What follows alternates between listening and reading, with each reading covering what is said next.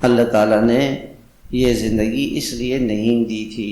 افحسبتم انما خلقناکم عبثا، کیا تمہارا خیال ہے ہم نے تمہیں یوں ہی بیکار پیدا کیا، کوئی زندگی کا مقصد ہی نہیں ہے؟ وانکم الینا لا ترجعون، اور تم واپس اللہ کی طرف نہیں لوٹائے جاؤ گے، ہمیں اللہ کے پاس جانا ہوگا، اللہ کے دربار میں حاضری ہوگی اور اللہ تعالی ہم سے حساب لیں گے۔ ان الینا ایابہم ثم ان علینا حسابہم۔ قیامت کب آئے گی؟ جس کی موت آ گئی اس کی قیامت آ گئی۔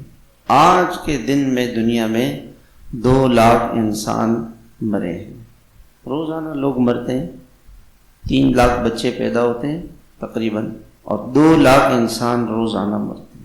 اور جیسی موت آئے گی اللہ پاک قبر کے اندر انسان سے سب سے پہلے طہارت کا، پاکی ناپاکی کا سوال ہوگا کہ پاکی ناپاکی کا کتنا اہتمام کرتے تھے۔